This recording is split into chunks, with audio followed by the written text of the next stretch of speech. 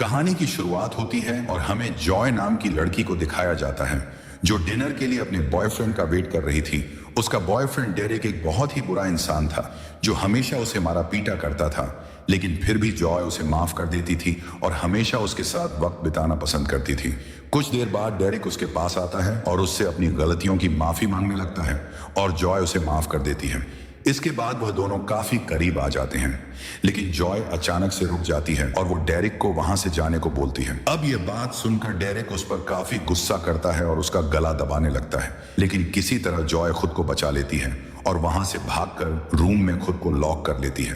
तभी जॉय को याद आता है कि उसका डॉग बाहर ही रह गया है और बाहर डेरेक उससे कहता है कि अगर तुम बाहर नहीं आई तो मैं तुम्हारे डॉग को मार दूंगा। जॉय काफी डरी हुई थी, जिससे वो उसकी बात नहीं मानती और वो बाहर नहीं आती। इसके बाद डेरेक उसके डॉग को जान से मार देता है। कुछ देर बाद जॉय दरवाजा खोलती है और वह अब डेरेक के साथ एक पल भी नहीं रहना चाहती थी और इसीलिए वो उसके साथ ब्रेकअप कर लेती है। इसके बाद कहानी आगे बढ़ जाती है और हम जाए की बेस्ट फ्रेंड फीडा को देखते हैं जो कार में उसका इंतजार कर रही थी, क्योंकि उन दोनों ने एक ट्रिप पर जाने का प्लान किया था ताकि वो अपने मन को शांत कर पाए और उन पुरानी बातों को भूल जाए। जब जॉय बाहर आती है तो वह देखती है कि फ्रीडा अपने साथ एक लड़की को लाई है। अब इस बात से जॉय को काफी अजीब लगता है, लेकिन तब फ्रीडा उसे बताती है कि इस लड़की का नाम तारा है। पिछले कुछ दिनों से यह भी काफी डिप्रेस रहती है और इसीलिए वो उसे यहाँ पर ले आई है ताकि उसे भी थेरेपी मिल सके और वह भी ठीक हो जाए। इसके बाद वो तीनों वहां से निकल जाते हैं, जहां रास्ते में बातें करते हुए जॉय फ्रीडा से उसके पास्ट के बारे में पूछती है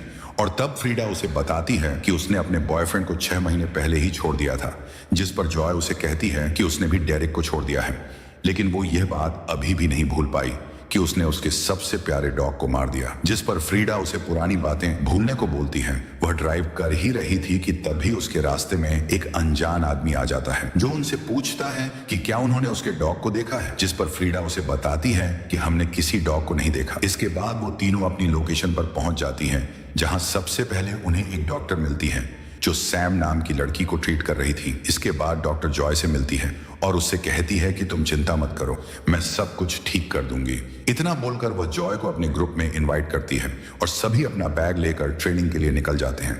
यहाँ सैम जॉय से पूछती है कि आखिर उसके साथ क्या हुआ, लेकिन जॉय उसे कुछ भी नहीं बताती और उसे झूठ बोलते हुए कहती है कि वो एक साइकोपैथ है। ये सुनकर सैम हंसने लगती है और उसे अपनी कहानी बताती है कि वो एक सोल्जर रह चुकी है और जब वो अफगानिस्तान में थी तो वहां पर एक ब्लास्ट हुआ था जिसमें उसके कई साथी मारे गए और उनके चीथड़े आसपास बिखरे हुए थे। अब ये सारी चीजें देखकर वो काफी ट्रॉमेटाइज हो गई और उसे ये थेरेपी लेनी पड़ रही है। ये सुनकर जॉय भी उसे अपने पास्ट के बारे में बताते हुए कहती है कि वह चिंता ना करे। तभी उन्हें वहां पर एक कैमरा दिखता है जिसके ऊपर खून लगा था। ये देखकर वो काफी डर जाते हैं। तब डॉक्टर उनसे कहती हैं कि यहाँ पर अक्सर जंगली जानवर घूमा करते हैं और हो सकता है किसी जानवर ने किसी इंसान पर हमला किया था और इसी बीच उसके हाथ से उसका कैमरा छूट गया। अब ये बातें सुनकर वो काफी ज्यादा घबरा जाते हैं, लेकिन डॉक्टर उन्हें शांत रहने को बोलती है और उन सबको थेरेपी सेशन की वीडियो दिखाती है ताकि वह सभी अपने टास्क को सही से कर पाएं। रात में जब वह सभी सो रहे थे तो हमें उनसे थोड़ी दूर एक गुफा दिखाई जाती है जहां हम एक काले से क्रिएचर को देखते हैं जो कि अब जाग उठा था। अगली सुबह सभी उठकर ट्रैकिंग पर जाने लगते हैं, लेकिन तभी जॉय को जंगल से कुछ अजीब आवाजें आने लगती हैं।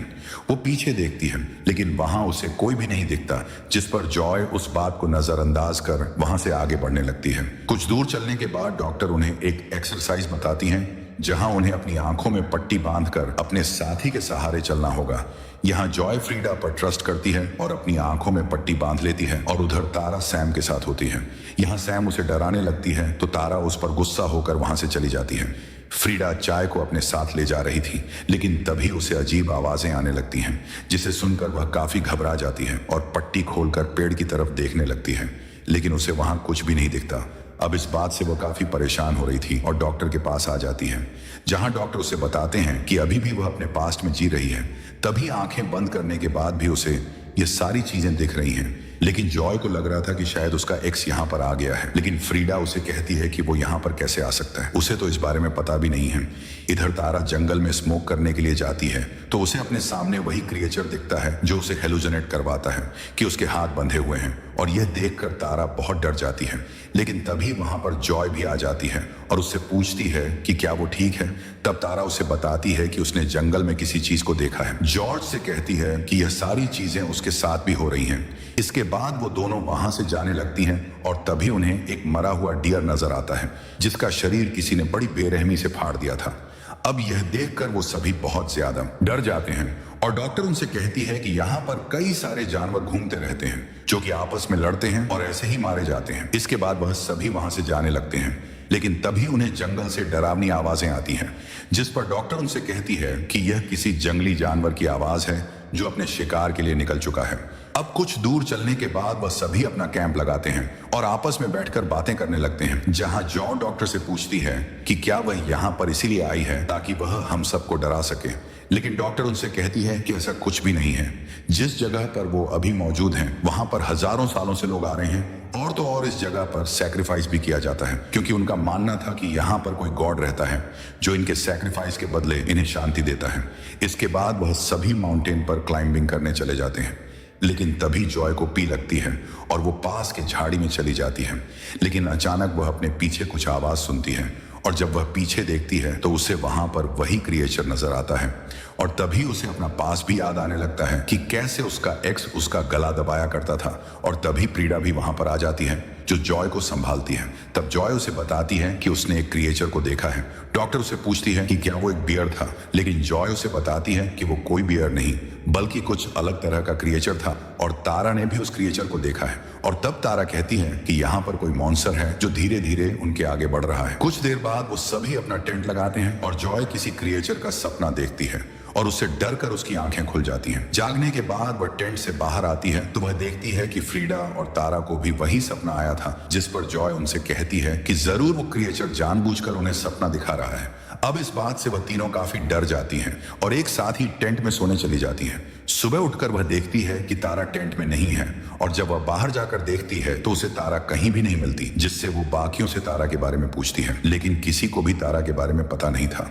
वो सबसे पूछ ही रही थी कि तभी उन्हें जंगल में एक भयानक आवाज आती है तो डॉक्टर को लगता है कि शायद तारा वहीं पर है, जिससे वह बाकियों को वहीं पर रुकने को बोलती है और खुद उन्हें ढूंढने चली जाती है। लेकिन तभी वो क्रिएचर डॉक्टर पर हमला कर देता है और उन्हें घसीट कर ले जाता है।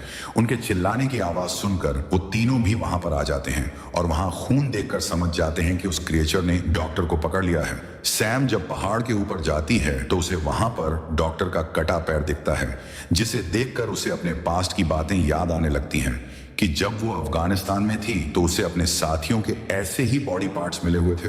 अब इस बात से वह बहुत डर जाती है और घबराहट में पहाड़ से नीचे गिर जाती है। जॉय और फ्रीडा भी उसे देख लेते हैं और उसे बचाने नीचे आते हैं, लेकिन अब तक सेम वहां से गायब हो चुकी थी और तभी जॉय को भी वह गुफा दिख जाती है और वह दोनों उस गुफा के अंदर जाने लगती हैं। उन्हें वहां पर डॉक्टर दिखती है जो बहुत ज्यादा जख्मी थी, जिससे फ्रीडा उनकी मदद करने की कोशिश करती है, लेकिन तभी वो क्रिएचर उन्हें घसीट कर अपने साथ ले जाता है।